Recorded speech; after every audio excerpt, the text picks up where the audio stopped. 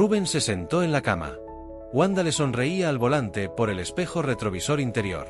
Ken lo miraba, medio preocupado, medio satisfecho. Solo ha sido un sueño. Con algún tinte de pesadilla, dijo Rubén. Lo sé. Te he estado monitorizando, le informó Ken. ¿Cómo? Dijo Rubén. Fue un cómo con valor de qué. He sentido la presencia de nuestro viejo amigo, el primer intruso, y he imaginado que te estaba provocando esa pesadilla. Y he estado de observador. ¿Por qué?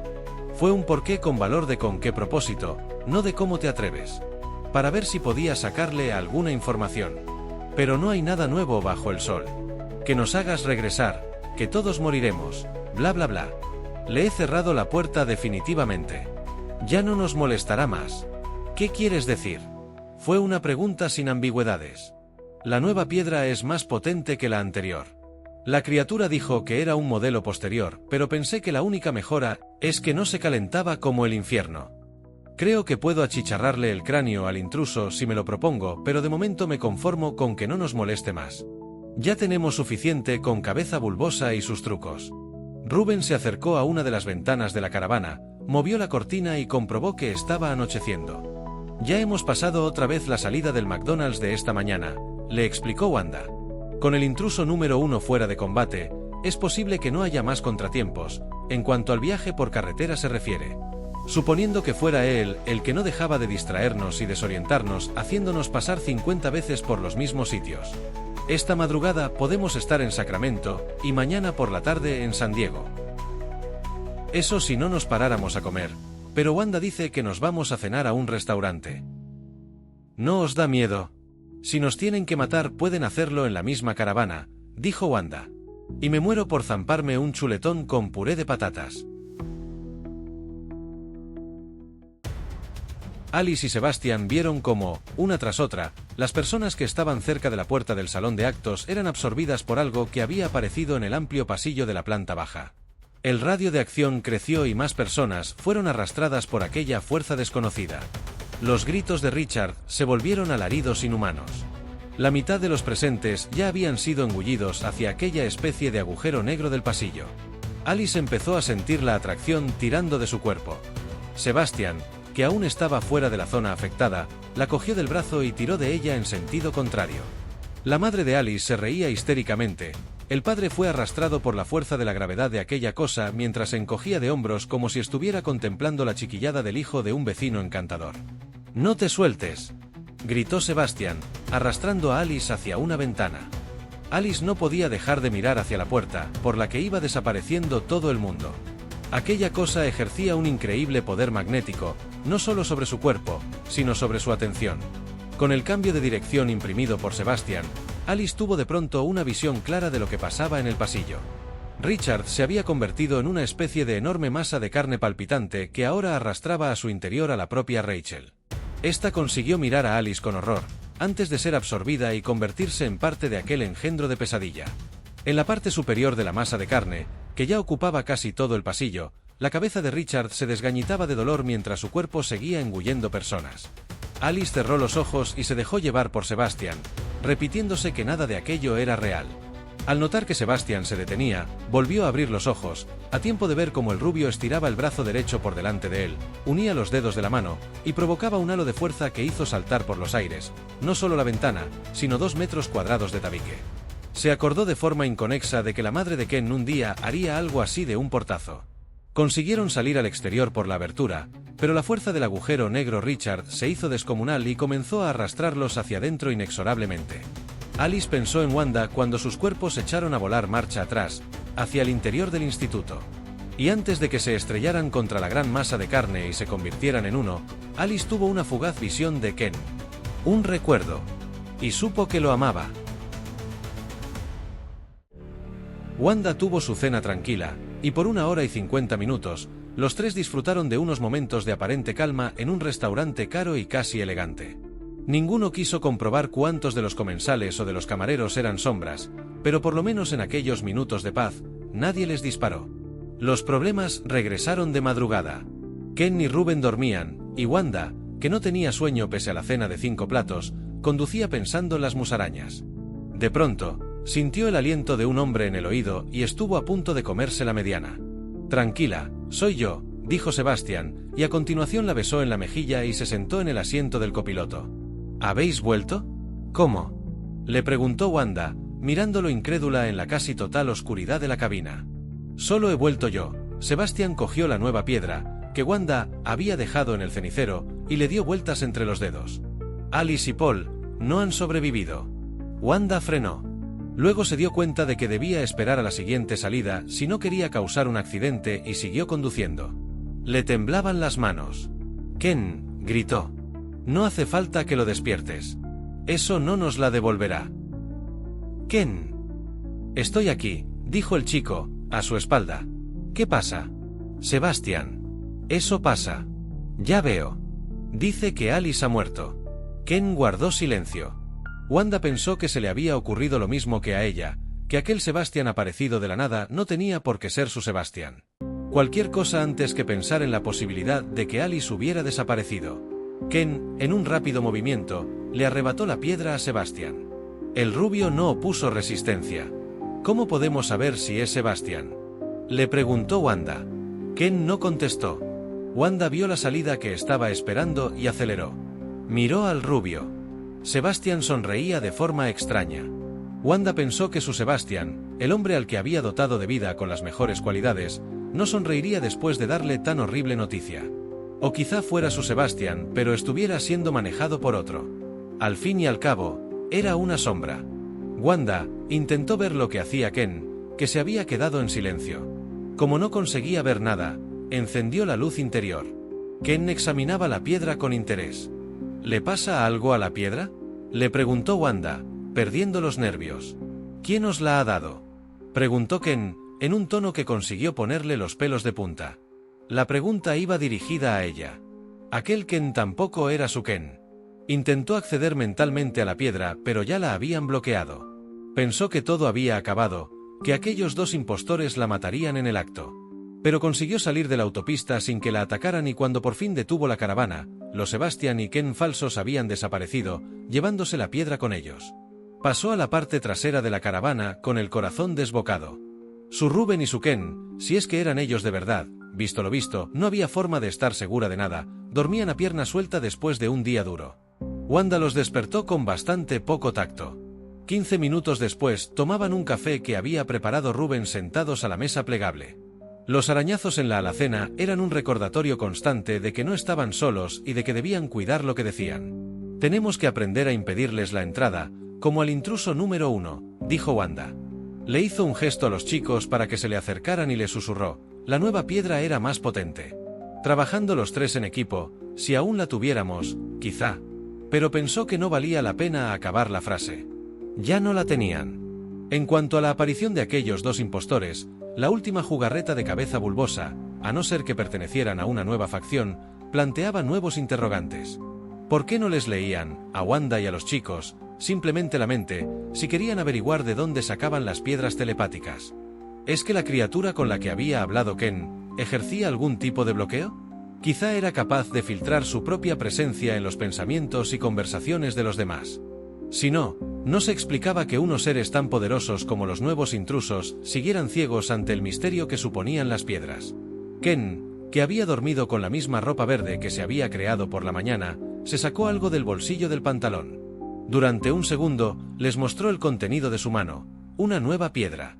«Me la acaba de dejar en el bolsillo», dijo el chico mediante telepatía, y sonrió mediante sus músculos faciales. «Perfecto. No hay tiempo que perder», contestó Wanda. «Vamos a crear nuevas defensas. Hay que cerrar el paso a todo tipo de criaturas o me volveré loca». Miró hacia la alacena y añadió, «Y podemos empezar echando a esa cosa asquerosa de la caravana».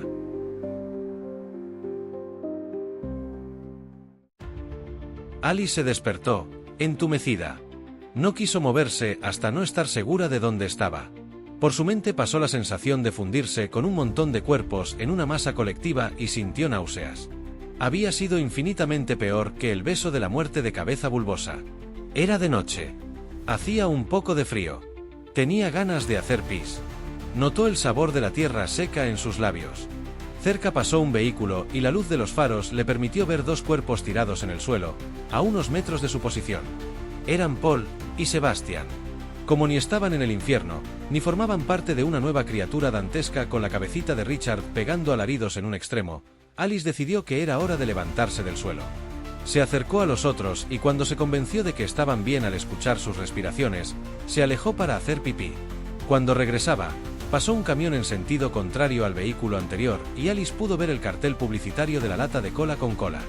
Estaban a las afueras de Bruceville, donde habían despertado la primera vez. O quizá donde no habían llegado a despertar. Le costó un rato conseguir que los otros se despertaran y más aún que estuvieran operativos. Ellos también se alejaron para hacer pis. Al parecer, llevaban un buen montón de horas tirados a unos 10 metros del arcén y solo unos arbustos habían impedido que algún conductor los viera. Era un alivio volver a ver coches entrando y saliendo de Bruceville, pensó Alice. Después de intercambiar impresiones, llegaron a la conclusión de que los tres habían compartido la misma experiencia. O casi. En el momento de despertar, Paul no había sido engullido por el padre de Ken. Se encontraba en el armario de la limpieza del instituto con su novia, se estaban metiendo mano y la cosa estaba a punto de ponerse más seria. Me alegro de que al menos uno se lo pasara bien, comentó Alice. Sebastian tenía un aspecto lamentable, con la ropa y la cara llena de tierra y el pelo enmarañado. Llevaba un rato tocándose la pantorrilla derecha. Tú parece que te mueves mucho durante el sueño, le dijo Alice. Creo que me ha mordido una serpiente. Pero no venenosa. Aún así, duele. Tengo que decirte algo, empezó Alice. Preferiría que Paul no lo oyera porque se va a pasar el resto del camino burlándose de mí, pero... allá va. Gracias, Sebastian. ¿Me voy a burlar de ti porque aprendas a dar las gracias? Eso es ofensivo, dijo Paul. ¿Ves? Ya te estás burlando. No aprendo a dar las gracias ahora. Soy una persona agradecida per se. Gracias, ¿por qué? Les cortó Sebastian. Por todo lo que has hecho por nosotros. Por quedarte a nuestro lado, por conseguir armas, por decidir no usarlas por nuestra seguridad, por intentar alejarme de Richard. No hay de qué. Aunque parece que no corríamos peligro real. Además, es posible que esta experiencia haya sido posible gracias a que soy una sombra. Me parece que soy más maleable que vosotros. Creo que han usado mi cerebro de base para la pesadilla. A mí me parece que ese Bruceville lo han hecho a partir de los nuestros, dijo Alice. Por cierto, participó Paul. Todo eso de que te habías dado más capacidades, ¿era verdad o parte del sueño? Era verdad. Pero por lo visto, aún no las he probado en un contexto real. Sebastian echó el brazo hacia atrás y descargó un golpe de fuerza mental que arrancó un árbol de cuajo y lo llevó 30 metros más allá. ¡Joder!, exclamó Paul, maravillado. Eso no te lo vi hacerlo en el sueño. Yo sí, dijo Alice. Parece que volvemos al punto en el que estábamos, comentó Sebastian. El locutor nos ha partido por la mitad, ahora hay dos grupos. Y a nosotros nos han hecho perder un montón de horas de la manera más tonta.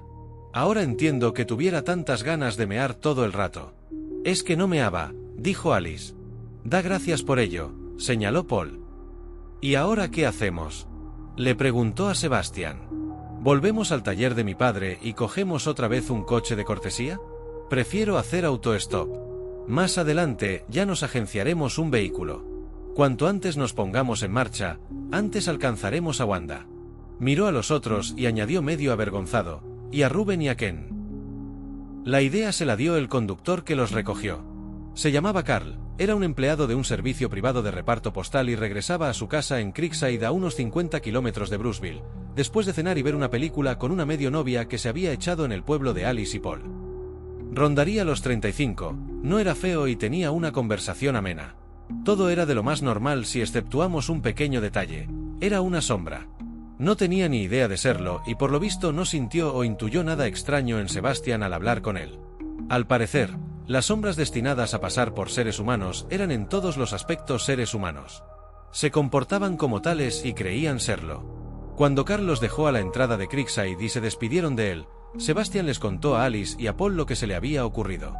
Tenemos una fuente inagotable de información en la que no habíamos pensado. Puedo distinguir entre sombras que no saben que lo son y sombras que sí. Lo único que debemos hacer es dar con una sombra consciente, que no parezca peligrosa, e interrogarla. Los que han sido colocados aquí con un motivo y son conscientes de ser diferentes deben saber qué fin persiguen sus creadores y pueden tener información sobre quién pretende haceros daño y con qué motivo. Bien, dijo Alice.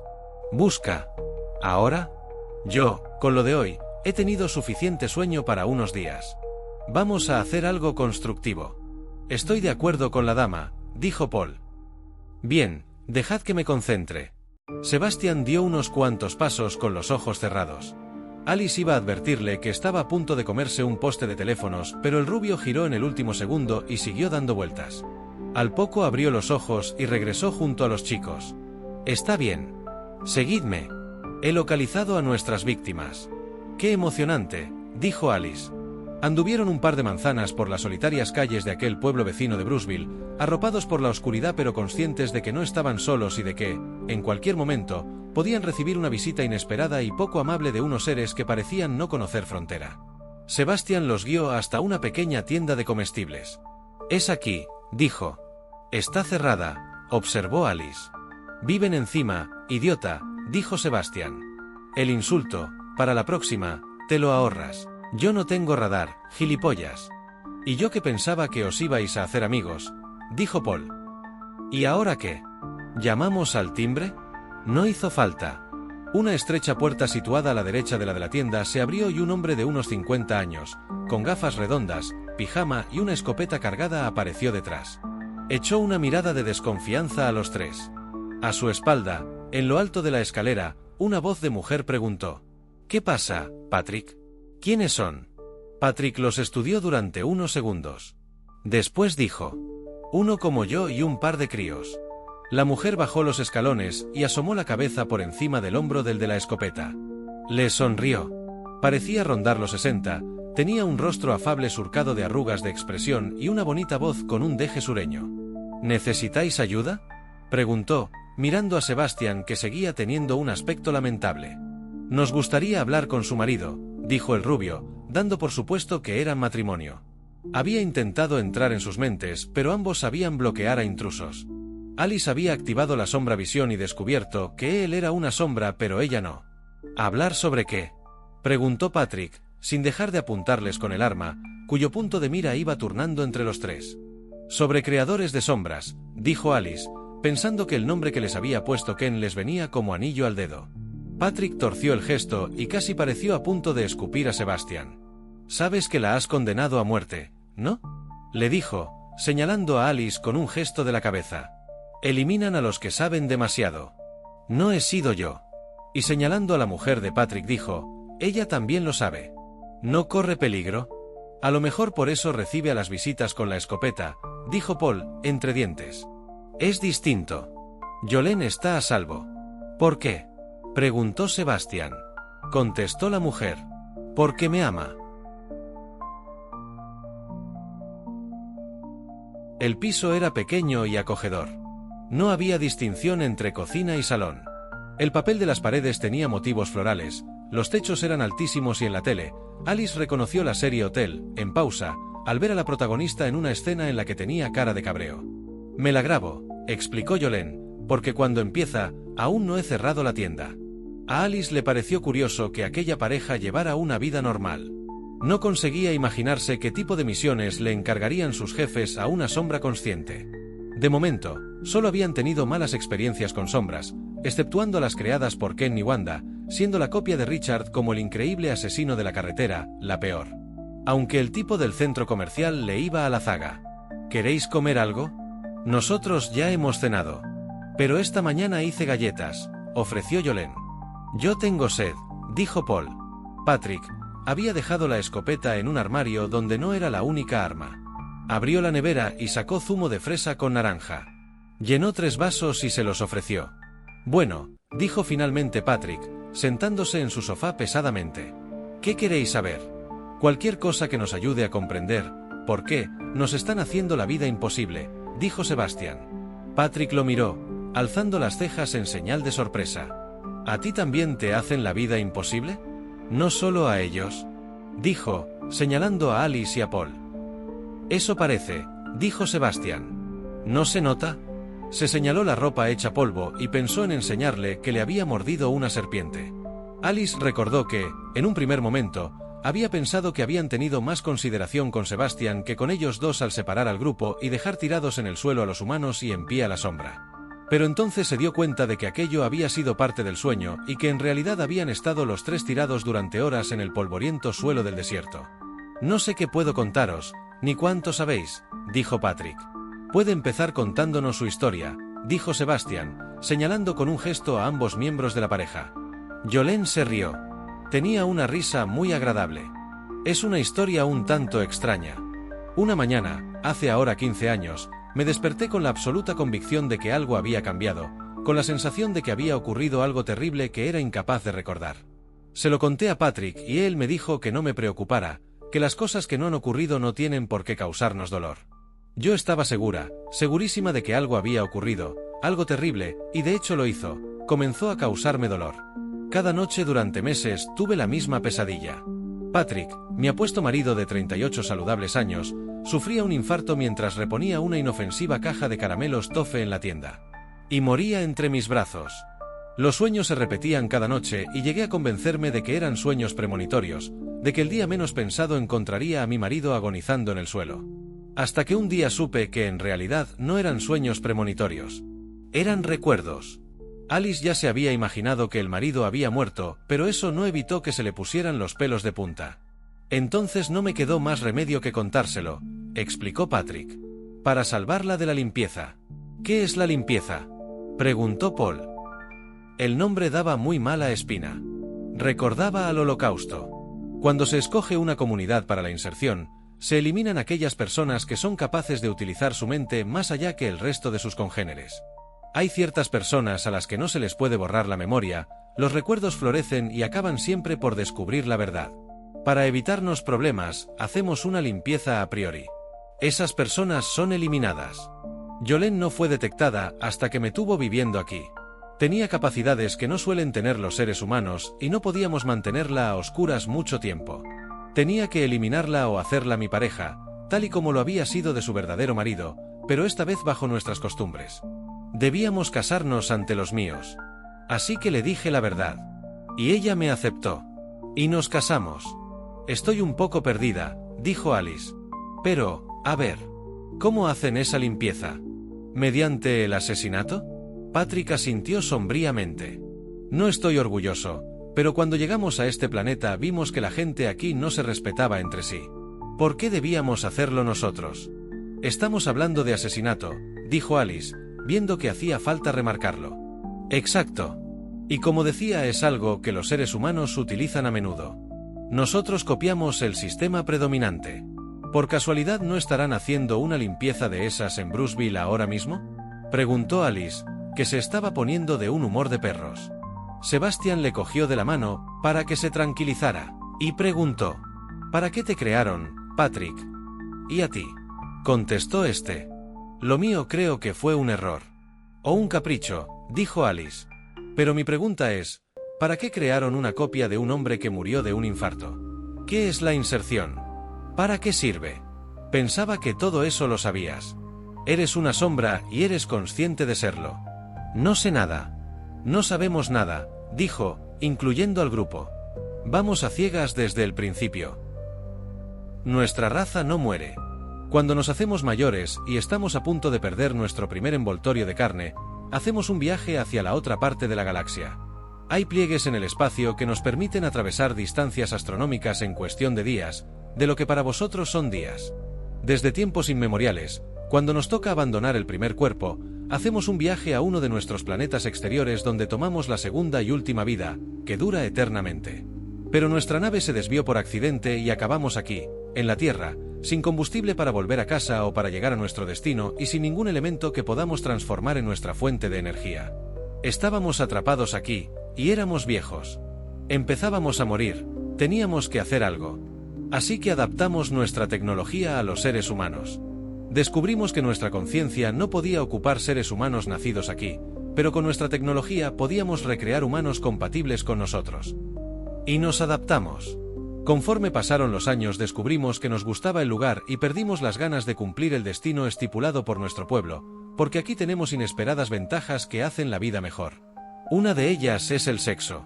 Yolén se puso colorada al oír aquello, pero asintió. ¿Lo podéis creer? En su planeta no lo hacían, y se rió como una niña traviesa. ¿Cuántos sois?, preguntó Paul, visiblemente horrorizado al pensar en las muertes, no en el sexo.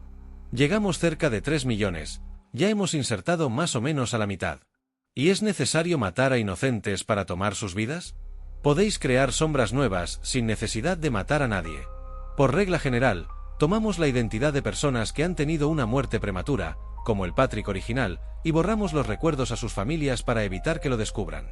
Pero hacéis limpiezas. Matáis personas. No soy yo quien decidió hacer las cosas de ese modo, pero como te decía, los seres humanos no demostraban tener ese respeto por ellos mismos.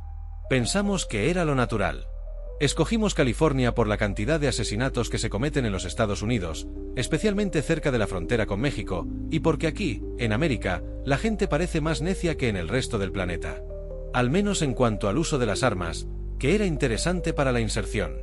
Somos necios en muchos sentidos, apoyó Yolén. Ellos no quieren ser detectados y nunca lo han sido. Sebastián hizo la pregunta que lo estaba martirizando. ¿Cada nueva sombra es un nuevo envoltorio para uno de vosotros? Exacto. ¿Vuestras conciencias se almacenan, al abandonar la carne, en esas piedras telepáticas? Precisamente. Y están todas conectadas. Cuando nos crean una sombra, el primero de la lista de los que están en espera pasa a ella.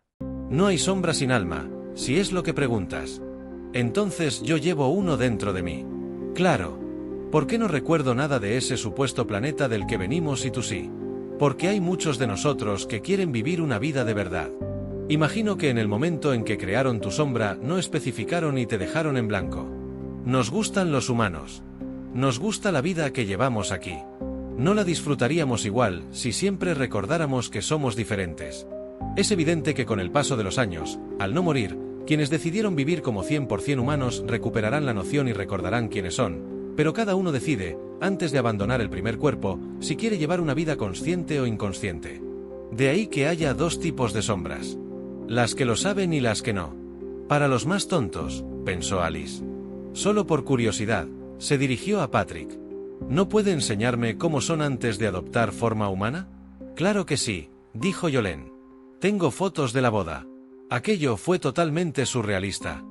Yolén les acercó un álbum de fotos donde estaban ellos dos, recién casados con los trajes de boda típicamente americanos, y rodeados por unos 300 animales parecidos a topos grandes con unos ojos que podían producirte pesadillas para el resto de tu vida.